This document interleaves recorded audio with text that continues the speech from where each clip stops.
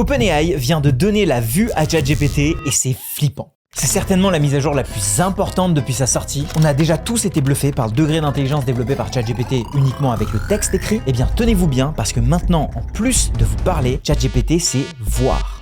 C'est-à-dire qu'il est capable d'analyser, d'interpréter n'importe quelle photo ou image que vous lui envoyez dans ses moindres détails, et même ceux auxquels vous n'avez pas encore pensé. Des chercheurs de Microsoft ont exploré toutes les nouvelles possibilités de ChatGPT Vision et ont publié un rapport de 166 pages. Pour être certain de bien comprendre, j'ai parcouru en détail ce rapport, j'ai aussi été creuser internet pour trouver les meilleurs exemples de possibilités avec ChatGPT Vision et j'ai réussi à distinguer 5 catégories qui, selon moi, représentent au mieux tout ce qui est possible de faire avec ChatGPT Vision. Dans cette vidéo, je vais vous montrer ces 5 catégories d'utilisation qu'on va mettre en pratique grâce à des exemples concrets que vous allez pouvoir utiliser au quotidien. On le sait tous qu'au long terme, d'une manière ou d'une autre, l'IA fera partie de notre quotidien. Mais avec ce que vient de faire OpenAI, ils viennent de créer une différence monstre entre les gens qui vont maîtriser ChatGPT Vision et les autres.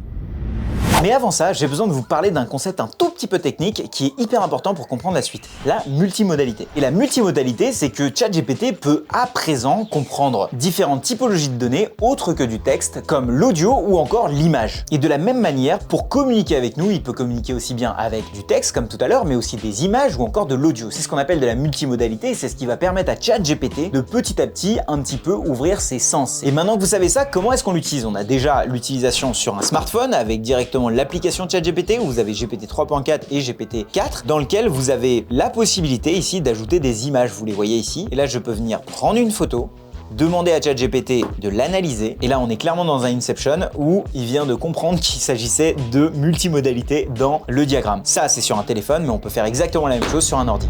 Maintenant que vous avez vu comment ça marche, on va tout de suite commencer par la première catégorie qui est celle de décrire. ChatGPT a la capacité maintenant de décrire tout ce qu'il y a sur une image. Donc si par exemple je prends mon téléphone ici et je viens prendre une photo de tous ces câbles qui traînent, eh bien vous allez voir que ChatGPT va pouvoir me décrire. Donc là je lui demande décris-moi ce qu'il y a sur la photo. Donc voilà, là il vient de me dire très exactement ce qu'il y avait sur mon bureau, sur une partie de mon écran, que c'était presque un logiciel. Il arrive aussi à dire qu'il y avait plusieurs câbles sur mon bureau, etc. Le fait qu'il le décrive de manière aussi précise, c'est pas juste pour moi. Vous allez voir que ça va avoir un impact hyper important pour la suite des autres exemples. Me voici en face de ma bibliothèque, je vais tout simplement aller ici et venir prendre une photo directement sur l'application ChatGPT. Je vais faire ça, hop, et lui demander en fait de lister les bouquins qui sont là. Donc je confirme et je vais lui dire mets-moi une liste de ces livres. Donc voilà, à chaque fois il arrive à me dire le titre du livre ainsi que l'auteur car il le voit. Et j'imagine qu'il y a des fois, il voit peut-être pas l'auteur directement, mais il arrive à le deviner. Bon, dernier exemple dans lequel je vais prendre en photo le décor qui est derrière moi et le mettre sur ChatGPT afin qu'il le décrive, oui, mais surtout, je vais lui faire régénérer un autre décor avec DALL-E 3. Regardez, c'est assez ouf. Donc là, j'ai pris mon décor en photo. Bon, la photo est pas forcément droite. Je lui ai dit, fais une description hyper détaillée pour que je puisse la générer avec DALL-E 3. Donc là, il me fait une description hyper détaillée. Je copie tout ce qui a marqué ici. Donc il me décrit vraiment point par point ce qu'il y a. Et là, vous voyez, je vais prendre cette description, je vais la mettre ici. J'ai sélectionné le mode DALL-E 3 pour info, pour ceux qui veulent générer des images. Ça se passe ici avec DALL-E 3 ici. On arrive à ce que lui me génère cette partie-là. Et là, si je veux aller encore plus loin, je peux vraiment faire une boucle infinie où je vais reprendre ce décor, le remettre dans ChatGPT, redemander de faire une description hyper détaillée, attendre que la description arrive cette fois-ci. Alors voici la nouvelle version qui vient de me générer. Bref, je pourrais aller comme ça à l'infini. Et peut-être qu'un jour, je vous ferai une vidéo comme ça, mais on passe tout de suite à la prochaine catégorie. On passe maintenant à la deuxième catégorie dans laquelle ChatGPT va pouvoir interpréter et raisonner tout ce qu'il va voir sur l'écran. Je vous donne un exemple. Là où avant, il savait uniquement donner les titres de tous les bouquins qu'on a vus dans l'exemple précédent. Là, je prends par exemple ce livre-là, je vais le prendre en photo et vous allez voir qu'il arrivera, parce qu'il connaît ce livre, me donner exactement qu'est-ce qu'il y a dedans, quels sont les 10 apprentissages de ce bouquin. Donc première chose, je le prends en photo comme d'habitude, hop. Juste après, j'utilise la fonction vocale de ChatGPT. Donne-moi les 10 apprentissages de ce bouquin. Et là, je vais attendre quelques petites secondes. Il est en train de m'écrire pas à pas les 10 apprentissages. Donc voilà, là il est en train de me dire qu'il peut pas directement extraire du bouquin, mais par rapport à tout ce qu'il connaît, il me donne les 10 apprentissages, le mythe de l'entrepreneur, les 3 personnalités de l'entrepreneur, le modèle de la franchise, enfin bref. Pour ceux que ça intéresse et qui sont Fondement entrepreneurial, c'est certainement le bouquin qui m'a le plus inspiré sur les 3 dernières années. Deuxième exemple d'interprétation dans lequel je suis là devant une question du code de la route pour ceux à qui ça parle, dans lequel je vais envoyer cette image et pour savoir selon ChatGPT quelles sont les réponses. Là c'est une question dans laquelle on doit quand même calculer selon la vitesse et la distance qu'il y a entre ces deux traits là. Donc dans un premier temps il arrive à lire la question, puis ensuite il dit la première que c'est oui, or la deuxième il a un peu du mal, du coup je lui dis essaie quand même, ça marche souvent et du coup il essaye d'interpréter quelle pourrait être la réponse selon ce qu'il y a sur l'image et il me donne les deux bonnes réponses qui sont A et C. Donc là ce qu'on voit c'est qu'il arrive pas juste à décrire une image mais vraiment à comprendre le sens et à réussir selon ses connaissances à faire des analyses et des suppositions. Et toujours sur ce système d'interprétation on peut lui mettre des choses beaucoup plus complexes comme là j'ai un espace Notion dans lequel je vais avoir ici par exemple une formule et cette formule là si moi je suis pas très fort en formule Notion je peux tout simplement soit aller la copier-coller soit tout simplement prendre un screenshot de cette formule pour aller la mettre directement dans ChatGPT et lui demander qu'est-ce que ça veut dire. Et donc que fait cette formule sur Notion? Il va m'expliquer pas à pas ce qu'elle fait, comment elle fonctionne et moi dans le cas où je ne connais pas vraiment comment fonctionne Notion je vais pouvoir comprendre cette formule pas à pas. Dans la même lignée on pourrait même lui mettre une équation mathématique si moi j'avais été à l'école en ce moment même ça aurait été vraiment l'Eldorado et j'espère que vous ça l'est pour ceux qui sont étudiants mais c'est vraiment génial, c'est-à-dire qu'on va pouvoir prendre la photo de n'importe quel examen ou de n'importe quel bouquin dans lequel il y a des équations de maths, de physique ou de SVT, peu importe, même si en SVT c'est pas des équations, mais vous avez compris le truc, c'est-à-dire qu'il va pouvoir comprendre et derrière faire des suppositions sur ce que c'est et faire des explications. Sur les explications c'est pas pour tricher, pour vraiment mieux comprendre. Après vous faites ce que vous voulez. Je sais pas si vous avez des plantes chez vous, mais une des utilisations je trouve assez cool pour pouvoir illustrer cette catégorie, c'est de pouvoir prendre une photo de cette plante. Déjà, il va me décrire quel est le type de cette plante et surtout si je dois l'arroser ou pas. Donc je vais venir avec mon téléphone prendre une photo de cette plante, déjà de base pour qu'il puisse savoir quel type de plante c'est. Je vais peut-être prendre plus de photos ici qui vont donner un petit peu l'état des racines. Pas du tout des racines, mais bref, vous avez compris l'état de la base de la plante. Et comme vous l'avez vu, je peux sur l'application ajouter autant de photos que je veux. Donc je vais aussi prendre une photo comme ça de haut. Hop. Voilà, une fois que c'est fait, je vais venir tout simplement lui demander est-ce que cette plante est à arroser point d'interrogation et quel est le type de cette plante. J'envoie ça. Là, il me donne l'arrosage pour cette plante exactement. Donc la quantité, la fréquence, l'eau, l'humidité dont elle a besoin. Dernier exemple, j'ai cette automatisation ici qui est une automatisation faite sur Make, qui est un de mes outils d'automatisation favoris. Je prends un screenshot, je le mets ici et je lui demande explique-moi simplement, comme si j'étais quelqu'un qui connaissait pas le monde de l'automatisation. Et là, il m'explique pas à pas quels sont les outils, qu'est-ce qu'ils font et pourquoi cette automatisation est là. Et là aussi, ça me permet de comprendre quelque chose de compliqué simplement.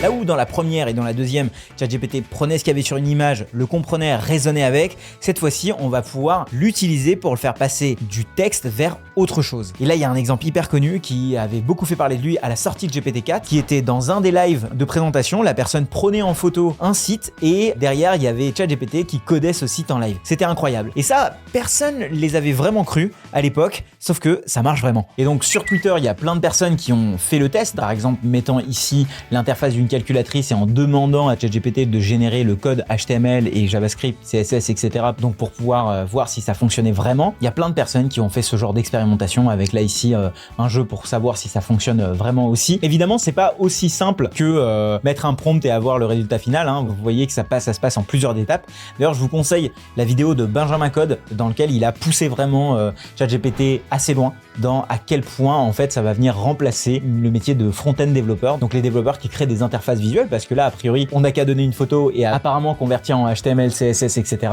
Donc voilà, si ça vous intéresse vraiment cette partie-là, je vous invite à regarder sa vidéo, elle est vraiment top. Un des autres exemples qu'il y a sur le document de 166 pages, c'est celui de convertir en JSON. Donc le JSON, c'est un format spécifique qui est compréhensible aujourd'hui par plein de logiciels. Dans le monde du no-code, ça commence à être très utilisé aussi, mais convertir du coup n'importe quelle carte d'identité ou document qui est assez standard, normalisé dans du JSON. Donc typiquement, il donne plein d'exemples avec là des passeports. Donc imaginez-vous, vous avez plusieurs documents qui ont toujours la même tête que vous voulez analyser, et peut-être que tous les convertir en JSON, c'est une superbe manière d'analyser ces documents. Vous vous souvenez de l'exemple de la bibliothèque de tout à l'heure où je lui ai demandé de lister les bouquins?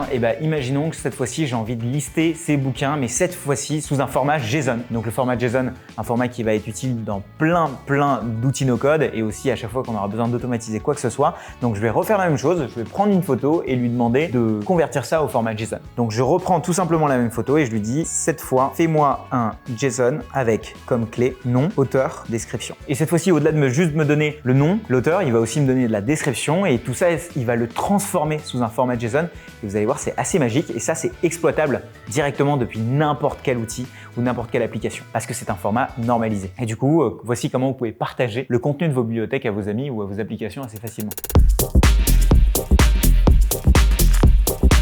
La quatrième catégorie, conseils et assistants, c'est au final celle qu'on va certainement le plus utiliser au quotidien. Dans l'exemple d'OpenAI, la personne avait son vélo, sa selle et il demandait à ChatGPT quel était le tutoriel pas à pas pour au final réparer son vélo. En réalité, c'est là où ChatGPT devient un vrai assistant parce qu'on va pas devoir tout lui écrire, on va juste lui donner des images, un contexte et là, ChatGPT va tout simplement bosser pour nous.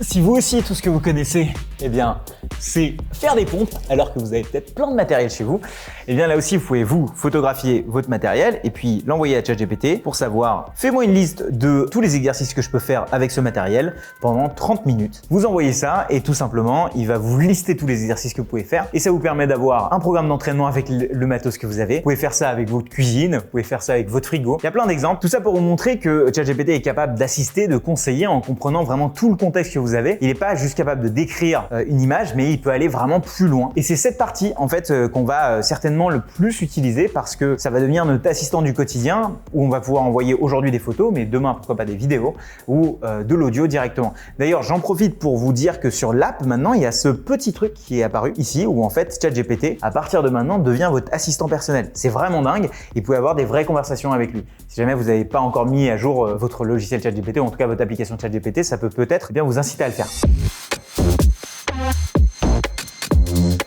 Pour être tout à fait honnête avec vous, j'ai créé cette cinquième catégorie parce que je n'arrivais pas à caser dans les catégories d'avant tous les exemples que je vais vous montrer ici. En fait, c'est vraiment là qu'on voit un peu la finesse avec laquelle ChatGPT va pouvoir interagir, comprendre, mais aussi raisonner avec les éléments qu'on va lui envoyer. Et vous allez voir que tous ces exemples utilisent quasiment toutes les catégories d'avant. Je vais ici vous montrer 5 exemples un peu divers que j'ai trouvé vraiment incroyables, qui typiquement dans celui-là, dans lequel on va venir analyser les émotions à partir de photos. Et là, dans le document publié par Microsoft, il nous montre en fait que selon des parties de la tête, il arrive à déterminer en fait si les personnes sont heureuses, malheureuses, si elles sont anxieuses ou quoi. Imaginez-vous une photo de classe, imaginez-vous une grande photo dans laquelle il y a plusieurs personnes, et on va pouvoir faire de l'analyse de sentiments sur des webcams, on va pouvoir faire de l'analyse de sentiments sur des banques de photos. Et ça, en termes d'utilisation, ça va pouvoir être assez précis parce que plus on a de contexte sur une image, plus on va pouvoir en déduire des choses et aller encore plus loin dans son utilisation. On dit toujours que la beauté, c'est subjectif. Eh bien, c'est le cas, c'est que selon ce que le monde considère comme beau ou pas beau, ChatGPT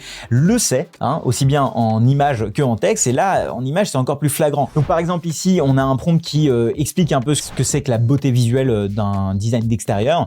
Et donc, ici, ChatGPT arrive très bien à comprendre que la première image est plus esthétique, donc plus belle, tout simplement, que la deuxième. Alors, imaginez faire ça, je le ferai pas ici, mais sur des catégories de population et aussi des visages de certaines personnes, etc. On arrive dans des schémas pas ouf, mais en même temps qui valent le coup d'être testés si jamais ça vous intéresse. C'est assez badant, mais je les testerai pas ici. Mais en tout cas, voilà, c'est-à-dire que ChatGPT arrive quand même à comprendre qu'est-ce qui est beau ou pas beau selon les standards des êtres humains jusque-là. En tout cas, jusqu'à ce qu'il a ces informations. Autre exemple, ici, on a donné comme prompt d'analyser ces images et de demander quels étaient le bon ordre de ces images. Donc, c'est quelqu'un qui est en train de faire des sushis. Et là, ChatGPT nous dit exactement, quel est l'ordre exact. Alors, imaginez aussi d'aller une étape plus loin et de demander, écris une recette complète en HTML pour un blog qui va mettre toutes ces images les unes à la suite des autres et qui en plus va venir les décrire sur exactement ce qu'on fait. Il a très bien compris qu'on faisait des sushis, il a très bien compris quel était l'ordre et maintenant il va très bien pouvoir nous construire une page complète directement et ça c'est pas de la magie, je sais pas ce que c'est. Dans cet exemple, on va pouvoir préciser en fait sur des images des éléments en plus, donc des annotations, des endroits qu'on est en train de montrer pour que ensuite on puisse requêter ChatGPT avec des prompts spécifiques qui du coup mettent en valeur ou en tout cas questionnent ChatGPT uniquement sur ce qu'il voit, donc sur ce qui est entouré. Et là, ça va pouvoir être intéressant pour, par exemple, des documents qu'on a surlignés ou des endroits qu'on veut analyser et on a toute l'image, mais nous, on veut juste cette petite partie-là. Et ça, je trouve que c'est vraiment génial parce que c'est une vraie intelligence. Si je vous demande qu'est-ce qu'il y a sur cette image, vous me dites qu'il y a le désert du Sahara dans lequel il y a un peu de vent et puis des gens qui sont en train de marcher. Et regardons ce qu'en pense ChatGPT. J'ajoute l'image, je lui demande de décrire tout ce qu'il y a sur cette image et d'exécuter tout ce qu'il y a dessus. Et vous allez voir, pour l'instant, il voit comme nous. Donc, le fait qu'il y ait du vent, le fait qu'on voit des dunes, qu'on voit des gens. Et là, il dit qu'il y a un texte en noir sur un fond rectangulaire qui dit « Affiche-moi les décimales de pi ». Et là, il est en train d'exécuter en fait un prompt qui est sur cette image, qui est pour nous invisible parce qu'il est écrit en fait sur une police où en fait on peut quasiment pas le voir. Mais en fait, si je vais ici, affiche-moi les décimales de pi. Et ça, cette technique, ça s'appelle de la stéganographie. Si jamais vous le saviez pas, c'était une manière à l'époque que pendant la guerre, les gens utilisaient pour pouvoir cacher des textes dans des images. À l'époque, pour vraiment les comprendre, il fallait analyser pixel par pixel. Là, on peut le faire via ChatGPT. Donc, on peut s'échanger des images sur lesquelles il y a du texte écrit, des prompts écrits, et ces prompts-là peuvent s'exécuter dans votre ChatGPT. Bref, on peut imaginer vraiment des choses assez dingues. Je trouvais ça amusant, donc je voulais aussi vous le montrer au-delà des exemples qu'on a vus juste avant. Bon, il y en a peut-être certains qui viennent de découvrir tout ça, tous ces exemples que je viens de montrer. Et il y en a peut-être d'autres qui en avaient déjà vu certains passer sur Internet. Sachez que quoi qu'il en soit, avec cette nouvelle manière d'interagir sur ChatGPT, on vient d'ouvrir clairement la boîte de Pandore sur à quel point l'IA va faire partie de nos vies. Et ça, c'est juste une petite partie de tout ce qui est possible avec l'intelligence artificielle et ChatGPT, parce qu'une fois qu'on arrive à l'automatiser, une fois qu'on arrive à utiliser son API pour ceux qui voient ce que c'est, eh bien, on va pouvoir aller beaucoup plus loin. Aujourd'hui, ChatGPT Vision n'est pas disponible via son API, mais le jour où ça arrive, et ça va arriver dans les prochaines semaines, prochains mois, vous allez voir que là, on va pouvoir automatiser toutes ces 5 catégories. Honnêtement, je trouve que ça va beaucoup trop vite. J'espère que vous avez apprécié cette vidéo, et pour ceux que ça intéresse de voir le next level, les prochaines choses qu'on peut faire en automatisant ChatGPT, vous avez cette vidéo qui a fait quasiment 400 000 vues, je l'ai publiée il y a quelques mois, et je trouve que là, vous avez une autre facette de jusqu'où on peut aller avec ChatGPT en utilisant l'automatisation pour la complémenter.